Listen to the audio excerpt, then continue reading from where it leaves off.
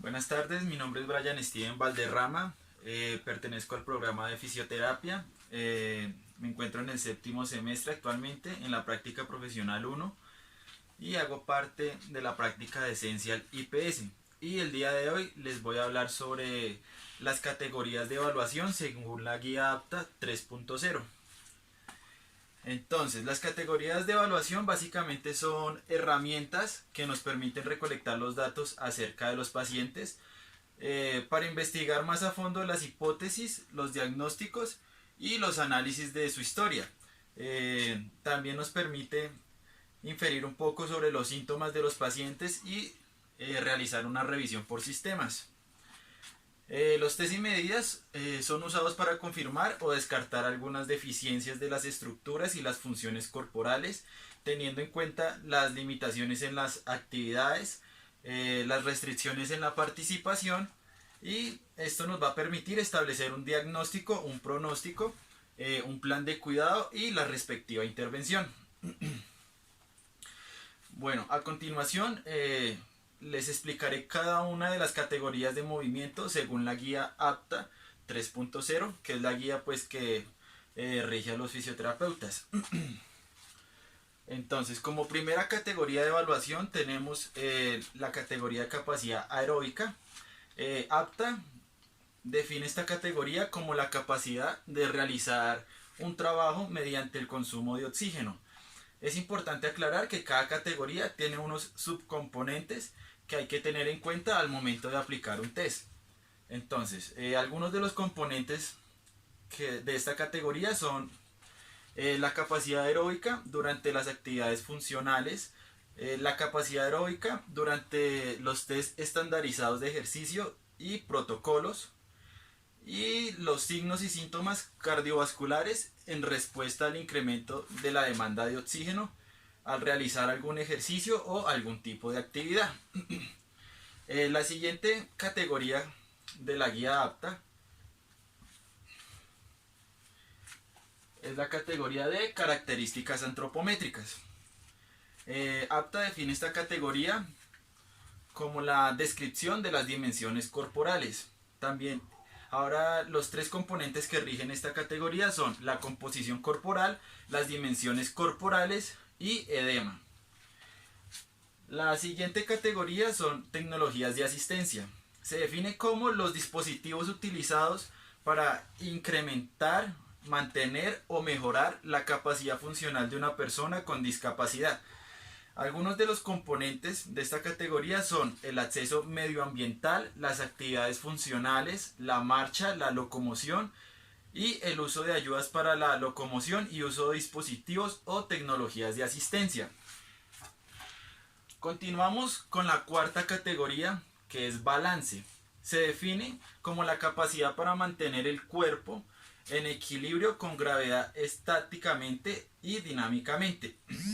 Entre sus componentes se encuentra el balance durante las actividades funcionales con o sin el uso de tecnologías de asistencia, y el balance dinámico y estático con o sin el uso de tecnologías de asistencia.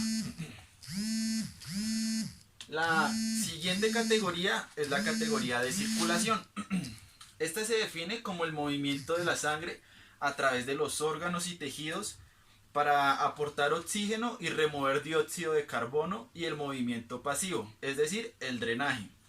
El drenaje de la linfa a través de los canales, los órganos y los tejidos para la remoción de productos de desecho celular e inflamatorio. Entre sus componentes tenemos signos cardiovasculares, síntomas cardiovasculares y linfáticos, y respuestas fisiológicas a los cambios de deposición. Bueno, la siguiente categoría de evaluación es la integridad de nervio craneal y nervio periférico. Esta se define como el funcionamiento de los 12 pares craneales que se conectan con el cerebro, incluyendo los componentes somáticos, viscerales, aferentes y eferentes, y la indemnidad de los nervios espinales, incluyendo sus componentes aferentes. Bueno, los componentes de esta categoría son la integridad electrofisiológica, la distribución motora de los nervios craneales, la respuesta a la provocación neural, respuesta a estímulos, incluyendo estímulos auditivos, gustativos, olfatorios, faríngeos, vestibulares y visuales. Y por último tenemos la distribución sensorial de los nervios craneales. La siguiente categoría de evaluación son los factores ambientales. Esta se define como el ambiente físico, social y actitudinal en el cual viven y se desenvuelven las personas. Pueden ser facilitadores o barreras para los individuos de acuerdo pues a la condición de salud que estos presenten. También va a depender pues el tipo de lesión que presente la persona. Entre sus componentes tenemos la necesidad de tecnologías de asistencia, la capacidad que tienen los cuidadores, las barreras corrientes y potenciales, la calidad de vida, las barreras corrientes y potenciales pues también de sus miembros de la familia. La siguiente categoría de evaluación es la marcha. Esta se define como la forma en que caminan las personas y se ven las características pues de la marcha, lo que es el ritmo, la cadencia, el paso, la zancada y la velocidad. Esta tiene un único componente que es la marcha con o sin el uso de ayudas de tecnologías de asistencia para realizar pues la locomoción. Continuamos con la categoría de integridad integumentaria. Esta se define como la indemnidad de la piel, incluyendo la habilidad para servir como barrera frente a las agresiones ambientales, ya sea por agentes externos como las bacterias, la presión, la fricción y la humedad. Entre sus componentes tenemos la periferia de la herida y el tejido extrínseco, la condición y adaptación del calzado, signos de deficiencias de la piel y posturas y posiciones que pueden provocar traumas en la piel. La siguiente categoría es integridad y movilidad articular.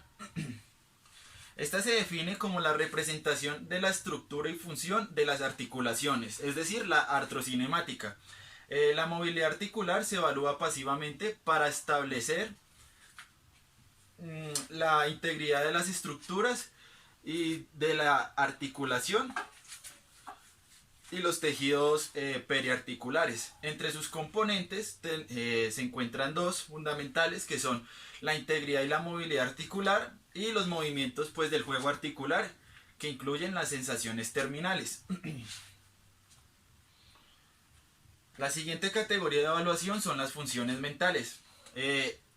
Esta incluye las funciones mentales globales del cerebro, es decir, la conciencia, la orientación, la motivación, el control de impulsos, las funciones mentales, la atención, la memoria, la emoción y la percepción.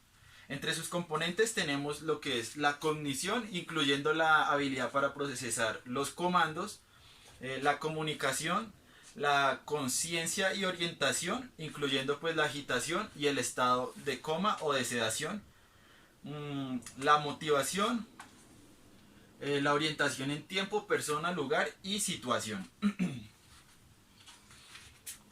La siguiente categoría es movilidad. Esto incluye pues la locomoción. Se define como los cambios de posición del cuerpo para moverse o trasladarse de un lugar a otro. Esto incluye la ambulación y la movilidad en sillas de ruedas, transferencias y traslados. Tiene un único componente que es la locomoción durante las actividades funcionales con o sin el uso de tecnologías de asistencia.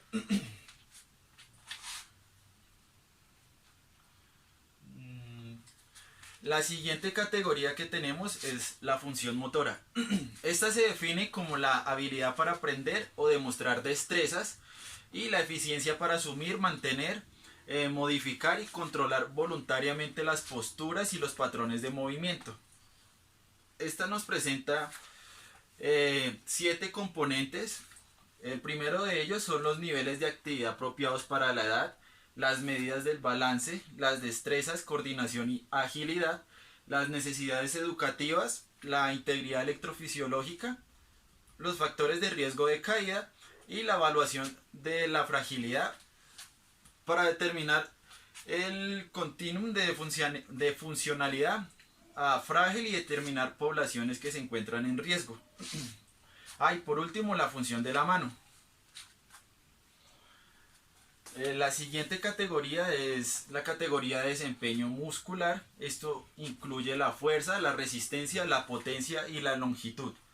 Se define como la capacidad de un músculo o un grupo muscular para generar fuerzas con el fin de mantener, producir y sostener posturas y movimientos que son prerequisitos para las actividades funcionales. Entre sus componentes tenemos la integridad electrofisiológica, la fuerza, la potencia y resistencia muscular. De igual manera, la fuerza, potencia y resistencia muscular al realizar alguna actividad funcional y la tensión muscular.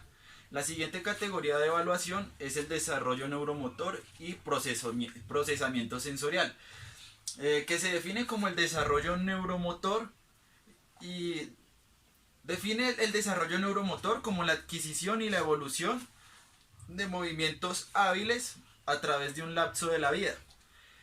Mientras que el procesamiento sensorial se define como la habilidad para integrar información relacionada con el movimiento derivada del ambiente.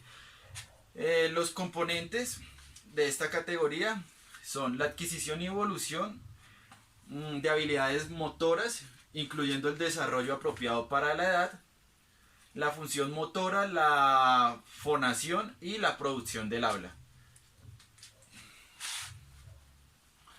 Continuamos con la categoría de dolor. Bueno, esta se define como la alteración de la sensación que puede causar algún tipo de discapacidad, sufrimiento y angustia. Entre sus componentes tenemos el dolor y la nocicepción y el dolor en partes específicas del cuerpo. La siguiente categoría de evaluación es postura, que se define como el alineamiento y posicionamiento del cuerpo en relación a la gravedad, el centro de masa o la base de soporte.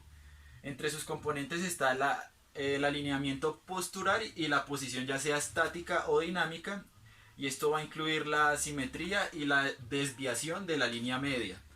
El siguiente componente son pues las partes específicas del cuerpo. Continuamos con la categoría de rango de movimiento. Esta se define como los ángulos creados por el arco a través del cual ocurre un movimiento pasivo y activo en una articulación o serie de articulaciones, que se define como la osteocinemática. Tiene en cuenta la flexibilidad, ya que esta está determinada por la extensibilidad articular de los tejidos blandos y la longitud muscular. Esta tiene tres componentes específicos, que es el rango de movimiento funcional, el movimiento articular activo y pasivo, y la longitud muscular, extensibilidad de los tejidos blandos y la flexibilidad.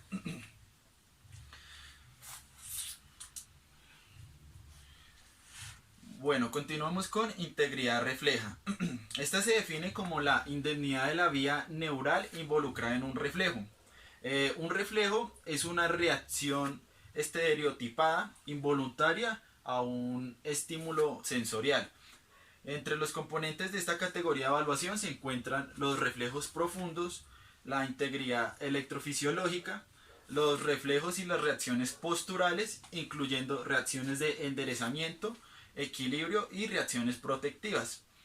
También incluye lo que son los reflejos y reacciones primitivas, incluyendo los niveles de desarrollo.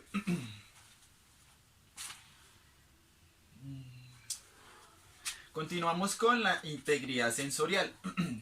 Esta se define como la indemnidad del procesamiento sensorial cortical, incluyendo la propiocepción, la sensación de vibración, la esterognosia y sensación cutánea. La propiocepción se define como la recepción de estímulos desde dentro del cuerpo. Un ejemplo de esto son los músculos y los tendones, que incluyen la sensación de posición, es decir, la retroalimentación de la posición articular, y la sinestesia, que es la retroalimentación del movimiento, o sea, la sensación de vibración, como la habilidad para sentir la vibración mecánica, Y por último, la esterognosia se define como la habilidad para percibir, reconocer y nombrar objetos familiares. Entre los componentes de esta categoría tenemos las sensaciones combinadas corticales, las sensaciones profundas y la integridad electrofisiológica.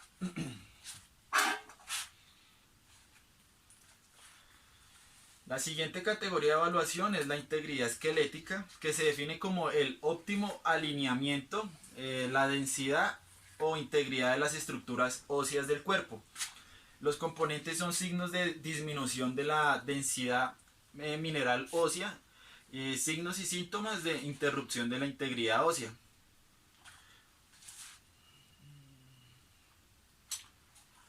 La siguiente categoría es la categoría de ventilación y respiración. Esta se define como el movimiento de un volumen de gas dentro y fuera de los pulmones. Mientras que la respiración se define como el intercambio entre el oxígeno y el dióxido de carbono a través de una membrana en los pulmones o a nivel celular. Entre sus componentes tenemos los signos pulmonares de la respiración, el intercambio gaseoso, los signos pulmonares de la función ventilatoria y los síntomas pulmonares.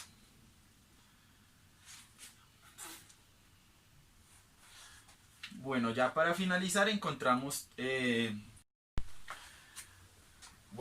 la siguiente categoría es autocuidado y vida doméstica, que se define como el autocuidado a sí mismo en cuanto al cuerpo, el aseo personal, el vestido, la alimentación y la salud. El manejo de la vida doméstica consiste en llevar a cabo acciones asociadas con la vida del hogar, tales como adquirir y mantener espacios de vivienda, hacer compras, hacer oficio, cuidar personas dependientes y realizar trabajos pues en jardín.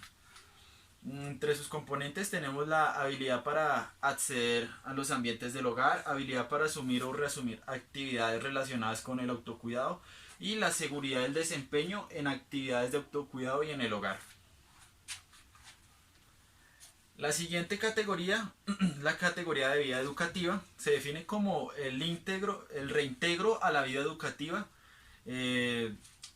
como un proceso de asumir o reasumir actividades y roles en escenarios educativos, en cual requiere habilidades como readaptación al ambiente físico y acceso a los escenarios educativos, la participación en actividades esenciales de la vida educativa. Entre sus componentes tenemos la habilidad para asumir o reasumir actividades relacionadas con el colegio u otros ambientes educativos, con o sin tecnologías de asistencia, la habilidad para acceder al colegio u otros ambientes educativos y la seguridad en el desempeño de las actividades escolares. Tenemos la categoría de vida laboral. La categoría de vida laboral se define como el reintegro a la vida laboral como proceso de asumir o reasumir actividades y roles en escenarios laborales, lo cual requiere de habilidades como la adaptación al ambiente de trabajo, al acceso al sitio de trabajo y la participación en actividades esenciales para el trabajo. Entre sus componentes está la habilidad para asumir o reasumir actividades relacionadas con el trabajo, con o sin tecnologías de asistencia, la habilidad para acceder a los ambientes laborales y la seguridad en el desempeño de las actividades laborales. Y por último tenemos la categoría de evaluación de vida comunitaria, social y cívica, que se refiere a la habilidad de interactuar en una vida social organizada fuera del hogar. Las actividades pueden ser de juego, recreación y tiempo libre. Acá entrarían también lo que son actividades sociales, religiosas, de actividades de derechos humanos, políticas y la vida cívica. Entre sus componentes tenemos la habilidad para asumir o reasumir actividades comunitarias, sociales y cívicas con o sin tecnologías de asistencia, la habilidad para acceder a los ambientes comunitarios, sociales y cívicos y la seguridad en los ambientes y el desempeño de las actividades comunitarias, sociales y cívicas. Bueno, esto es un poco sobre la definición que adapta a las categorías de evaluación, y estos son algunos de los componentes que se deben tener en cuenta al momento de aplicar algún test y medidas para tener un resultado en la evaluación del paciente y de acuerdo a eso plasmar nuestro proceso de intervención. Bueno, algunos test y medidas que se pueden aplicar para cada categoría de evaluación son los siguientes que les voy a mencionar. Bueno, un test y medidas que se puede aplicar en la categoría de capacidad aeróbica es la prueba de caminata de los 6 minutos. ¿Por qué? Porque es una prueba de función cardiorrespiratoria que evalúa la capacidad para realizar ejercicio físico de un sujeto, donde se mide la distancia máxima que puede caminar durante 6 minutos, lo cual es un buen indicador de la capacidad que tiene el paciente para realizar ejercicio. Bueno, para la categoría de características antropométricas se puede utilizar el test más común es el índice de masa corporal, ya que este es un indicador que nos permite relacionar el peso con la talla de un individuo, mediante el cual se identifica su exceso de peso. Su resultado puede variar en función de varios parámetros que se deben tener en cuenta, como lo es la masa muscular, la estructura ósea y el sexo. Este test nos puede arrojar un resultado que puede ser una delgadez extrema, un peso normal, un sobrepeso, una obesidad o una obesidad extrema. Para la categoría de tecnologías de asistencia se puede utilizar se puede utilizar ya sea la entrevista o la valoración misma de los dispositivos de asistencia que pueda tener el paciente. Se tiene en cuenta pues mediante la observación y el análisis de datos recogidos anteriormente pues en la historia social para analizar los dispositivos de asistencia que necesite el paciente según cómo se encuentre en cuanto a su capacidad funcional y según pues el paciente lo requiera.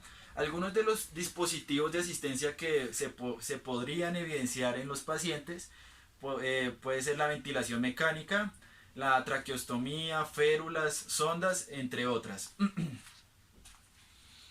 Para la categoría de balance, marcha y movilidad, es importante aclarar que hay distintos test y medidas que pueden aplicarse a varias categorías. En este caso, el test de Tinetti nos sirve para evaluar lo que es el equilibrio y la marcha y el balance. Entonces, por eso evaluamos estas tres categorías antes mencionadas.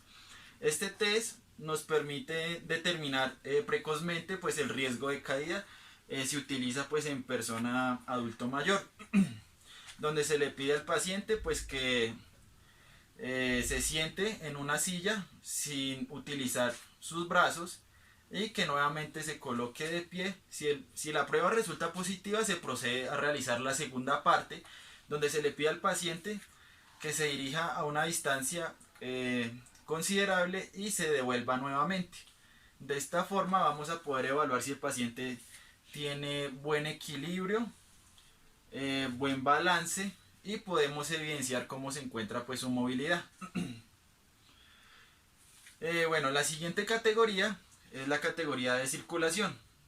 En esta categoría yo propongo el test de llenado capilar, ya que es una prueba rápida que se puede realizar sobre los lechos unguiales, es decir, sobre las zonas más distales de los dedos. Se utiliza para vigilar la deshidratación y la cantidad de flujo sanguíneo que se encuentra en el tejido.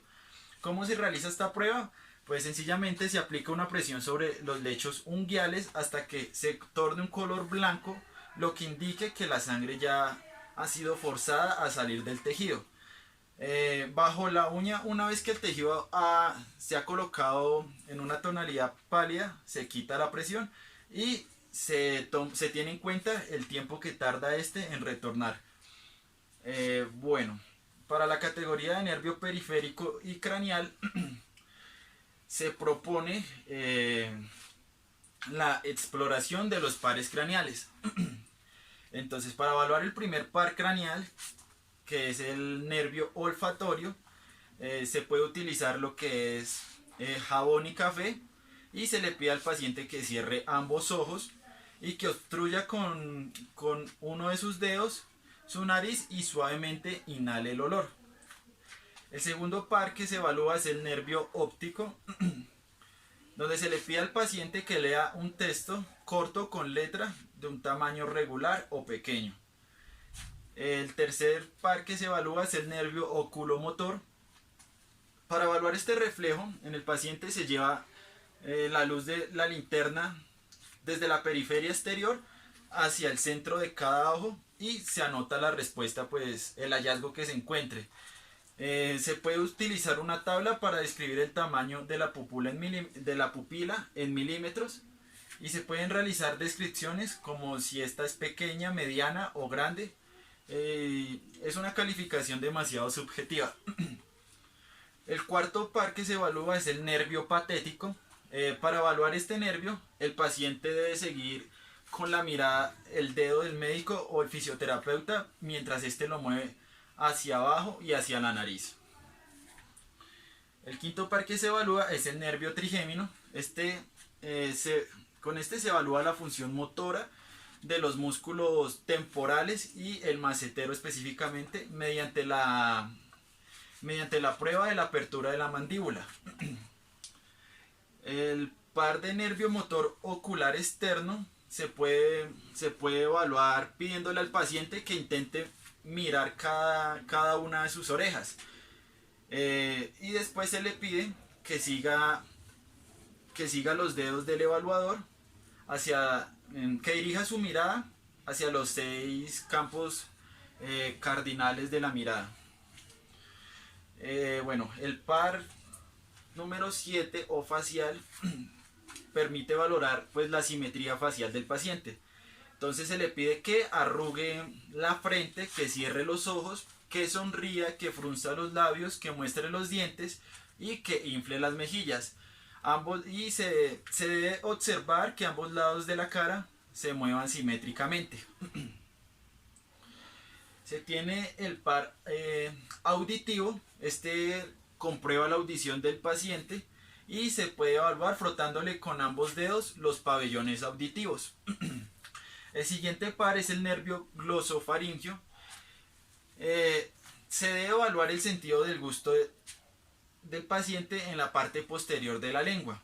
También se debe observar la capacidad del paciente para tragar, valorando cómo él maneja pues sus secreciones. Además se le puede pedir al paciente que abra la boca y diga "ah" duro, y se debe mirar que la úvula se encuentre dentro de la línea media y que el velo del paladar logre elevarse. Para evaluar el nervio espinal se le pide al paciente que levante los hombros y se le observa el movimiento del músculo trapecio. Después se le pide al paciente que gire la cabeza y de este modo se puede evaluar el músculo esternocleidomastoideo. Y por último se evalúa el par del nervio hipogloso. Acá lo podemos evaluar pidiéndole al paciente que saque la lengua y esta debería estar posicionada en la línea media. Debemos observar que si el paciente presenta algún problema al comer, al tragar o al hablar. La siguiente categoría son factores ambientales. Lo podemos evaluar por medio de la entrevista, donde se van a tener en cuenta los datos recolectados durante el proceso de anamnesis, asimismo el proceso de revisión por sistemas, y de acuerdo a esto realizamos un análisis correspondiente a la condición pues, de su vivienda y los elementos que ésta contiene para identificar cuáles pueden afectar o disminuir su salud y exacerbar sus síntomas. La siguiente categoría es la categoría de integridad integumentaria. Podríamos evaluar esta categoría con el test de propiedades tróficas de la piel. Esta valoración nos permite identificar las características y propiedades de la piel, donde está compuesto por los componentes de la observación, la palpación, la exploración instrumental y las características físicas de la piel. La siguiente categoría es la integridad y movilidad articular. Aquí podríamos aplicar un test de distensión en rotación externa pasiva, que es un test que se aplica comúnmente en pacientes que han pasado por una ACV, ya que estos pueden presentar un hombro congelado u hombro doloroso. Este test se realiza con el paciente en posición, puede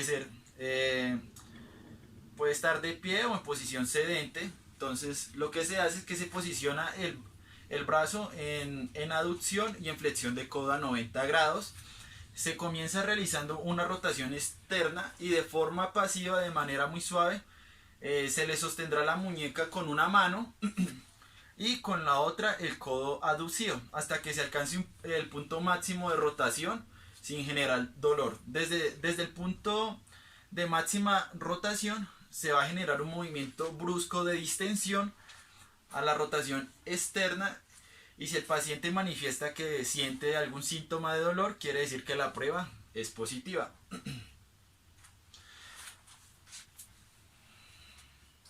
La siguiente categoría a evaluar son las funciones mentales. Aquí podríamos evaluar esta categoría con el test o la escala de RAS, que esta nos permite determinar el estado de sedación de los pacientes. Es una escala muy utilizada en la unidad de cuidados intensivos o en la sala de urgencias. Especialmente se basa en la observación, en la interacción que tiene el paciente, y se puede mirar cómo es el comportamiento del paciente, pasando por un estado alerta y tranquilo hasta un estado donde el paciente se encuentra totalmente sedado o no despierto. Bueno, a continuación hablaremos de una de las escalas pues más completas, que es la escala de independencia funcional o la FIM, que se utiliza mucho en pacientes que ha sufrido algún tipo de trauma raquimedular. Esta escala nos permitiría evaluar categorías como lo que es función motora, el autocuidado y la vida doméstica, la movilidad y la marcha. Esta nos permite elaborar un conjunto de datos que tracen el perfil integral de la persona afectada, tanto a nivel físico, psicológico como social, y se hace posible una mejor comprensión de cómo se encuentra la funcionalidad de la persona que presenta algún tipo de discapacidad.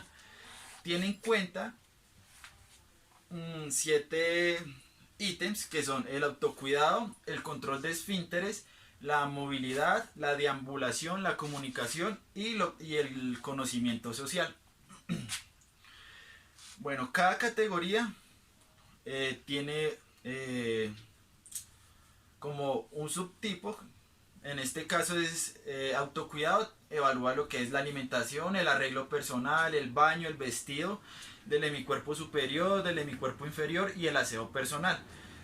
En cuanto al control de esfínteres, va a evaluar si tiene control de la vejiga y si tiene control del intestino. En cuanto a la movilidad, va a evaluar los traslados que tiene el paciente de la cama a la silla, de la silla de ruedas, el traslado al baño, el traslado a una bañera o a la ducha. En el parámetro de la deambulación, va a evaluar si el paciente es capaz de caminar o desplazarse en sus sillas de ruedas, en subir y bajar escaleras. En cuanto a la comunicación, se evalúa lo que es la comprensión y la expresión. Y en cuanto al conocimiento social, se va a evaluar su interacción social, la solución que tiene para solucionar problemas, y la memoria. El siguiente test o categoría de evaluación es la de desempeño muscular, donde se aplicaría el test de Daniels, que es una prueba manual que nos permite evaluar la fuerza muscular, que, como lo mencioné anteriormente, es la capacidad que tiene un grupo muscular para realizar una fuerza máxima de contracción venciendo una resistencia. Las pruebas musculares son específicas para cada músculo que se desee evaluar, y se debe tener en cuenta los parámetros y las respuestas fisiológicas normales que genere cada músculo. Se maneja una calificación de 0 a 5, encontrando que 0 el músculo no tiene respuesta, y si nos da una calificación de 5, que es la máxima, quiere decir que el músculo se encuentra óptimo y es capaz de vencer o soportar diferentes niveles de resistencia. La siguiente categoría es la categoría de desarrollo neuromotor. Esta se evalúa sobre todo en paciente pediátrico, es decir, en niños, y una de las escalas más comunes es la escala de Gross Motor, que evalúa la función motora gruesa en los niños y se utiliza para observar y registrar el nivel de desarrollo de los niños en relación con su edad cronológica, a partir pues de diferentes pruebas específicas que debe cumplir. La siguiente categoría es la categoría de dolor. Esta se podría evaluar con la escala visual análoga, que nos va a permitir medir la intensidad del dolor que describe el paciente con la máxima reproducibilidad entre los observadores.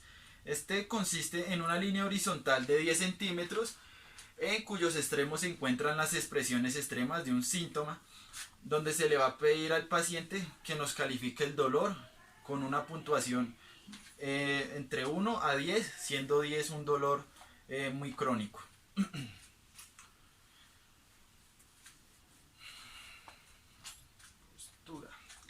La siguiente categoría es la categoría de postura. Esta categoría se puede evaluar con un análisis postural, donde vamos a observar básicamente el alineamiento y el posicionamiento del cuerpo en relación con la gravedad, el centro de masa o la base de soporte. Se puede utilizar la plomada y la cuadrícula. La plomada nos serviría para medir la actitud postural y la cuadrícula para evidenciar posibles desviaciones o compensaciones de un hemicuerpo en relación al otro. La siguiente categoría es la de rango de movimiento. Se podría evaluar con una prueba de goniometría, ya que esta nos permite evaluar el arco de movimiento de las articulaciones en cada uno de los 3 planos del espacio. En este caso se trata de un procedimiento dinámico que se utiliza para objetivizar y cuantificar la movilidad de una articulación con la ayuda de un goniómetro. Tenemos la categoría de integridad refleja, que esta se podría evaluar con evaluación de reflejos osteotendinosos y patológicos, o con la escala pues de los reflejos osteotendinosos, que esta nos va a identificar si el paciente presenta algún tipo de arreflexia, hiporreflexia, una respuesta refleja normal, una hiperreflexia leve, o si presenta un clonus positivo. La siguiente categoría es integridad sensorial. Esta se puede evaluar con pruebas específicas como lo es la sensibilidad superficial, la sensibilidad superficial o esteroceptiva, o la sensibilidad profunda. La categoría de integridad esquelética la podríamos evaluar con el ángulo de Cobb, que esta es una prueba específica para pacientes que presentan escoliosis, y nos permite hacer un seguimiento y una evolución. Esta prueba se aplica sobre la radiografía del paciente, donde vamos a poder evidenciar el grado de la curvatura de escoliosis pues, que el paciente presenta. Y ya para finalizar, tenemos la categoría de ventilación y respiración,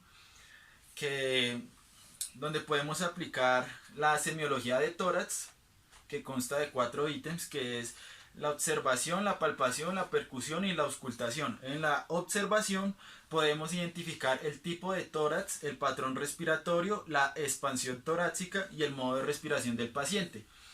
En la palpación podemos identificar a través del tacto si en el tórax del paciente hay posibles alteraciones, si hay masas y demás. Y en cuanto a la auscultación, esta nos va a permitir identificar cómo se encuentran los ruidos pulmonares pues, del paciente. Bueno, muchas gracias. Esta fue la exposición sobre las categorías de evaluación según la guía APTA 3.0.